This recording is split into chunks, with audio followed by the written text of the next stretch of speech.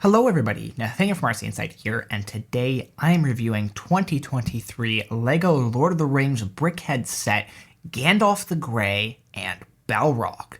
This set has 348 pieces, comes with 2 Brickheadz figures, and retails for $20 in the United States, $25 in Canada.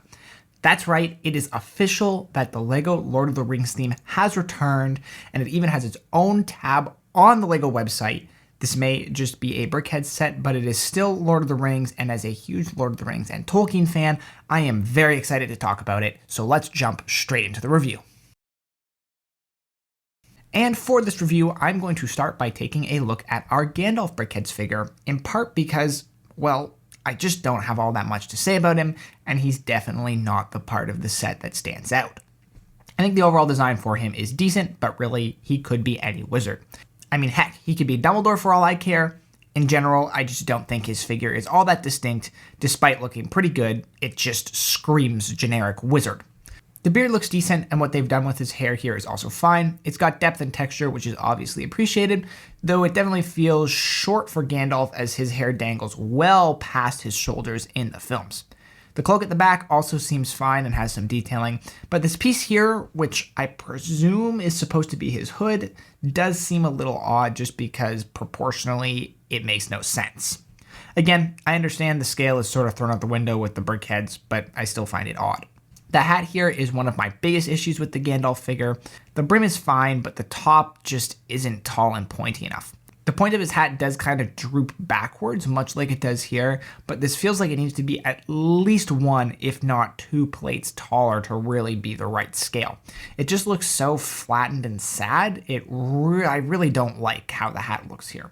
One thing I do really like is I must say the staff and the sword here both look really good, and the way they did the arms to support them is great. The staff and the sword really do complete the Gandalf look and help pick up some of the slack and make this figure look a little more distinguishable in my opinion. It really reminds me of Gandalf's march into Dol Guldur in The Hobbit, where he's leading with his sword brandished in the left hand and his staff tall in his right hand, which is just a fantastic shot and sequence, and so I really like this aspect of his figure. Moving on from Gandalf to the part that everyone actually cares about, we have our Balrog figure, and it leaves me thinking 2 things. Firstly, I think he looks amazing. By far the best Brickheadz figure we've gotten in my opinion. And second, I want a full-scale Balrog set a la the Super Mario Bowser set.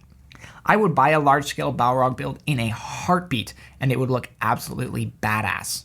Even still, I love what we get here. The black mixed with the dark red, and then the gradient of the yellow, orange, and red for the flames, it just looks excellent. The use of these transparent cheese slope pieces both on the head and the legs for flames also looks great. The mouth design here is super solid, using the teeth piece with some upside down angled slope tiles to great effect. We also get this eye printed piece in yellow for what might be the first time, but don't quote me on that. His horns are fantastically oversized to brilliantly fit that Brickheadz style, and the oversized head does not bother me nearly as much with this one. The horns also use some nice building techniques to create that overall shape. Flipping around to the back, we not only have our wings, but also our tail, both of which are movable and again look fantastic. His back features more transparent cheese slopes that again look good, and the tail is super malleable and really rounds the character design out. The wings are both movable and are simple but effective when it comes to their design. Last but not least, though it doesn't quite fit the overall scale, I do have to give credit for them making sure the whip piece also made it into the set, given just how iconic the Balrog's whip is. Overall, despite not being a big Brickheadz fan, I really love this set. It may have seemed as though I was really complaining about the Gandalf figure, but I honestly think he looks fine. Good even. Being a big Lord of the Rings fan, I just have more nitpicks here, and Gandalf was an easy culprit to pick on, but he still looks great on display, and I actually have the Balrog sitting on top of my Lord of the Rings book on my shelf, and Gandalf guarding the rest of my Tolkien collection, and it looks fantastic. And of course, even if Gandalf is just decent, I really love the Balrog here and think he's amazing.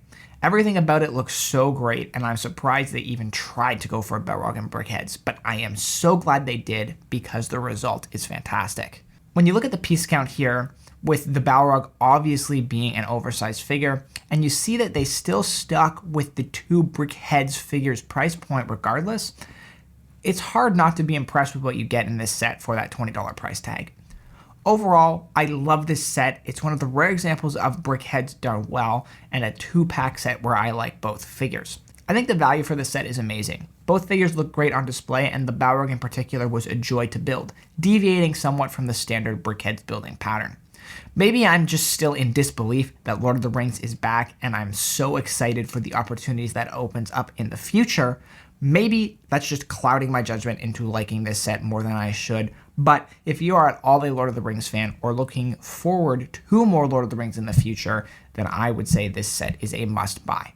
The other Brickheadz you can skip, but this one is far and away the best of the 3 and is fantastic all the way around, even if it has a handful of shortcomings.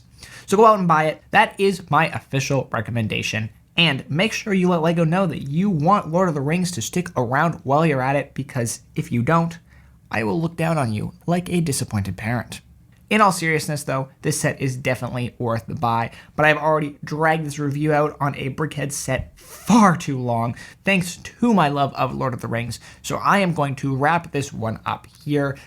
Thank you so much, guys, for sticking through it. If you liked it, click the like button down below. It is a great way for you to show your support. Subscribe for more content like this, LEGO reviews, news videos, all that sort of stuff I have on my channel, so that interests you. Check it out and subscribe. Just past 2,500 subs, which is a huge milestone, and you can help me get to 3,000 next if that interests you. So yeah, go check it out. If you like what you see, subscribe.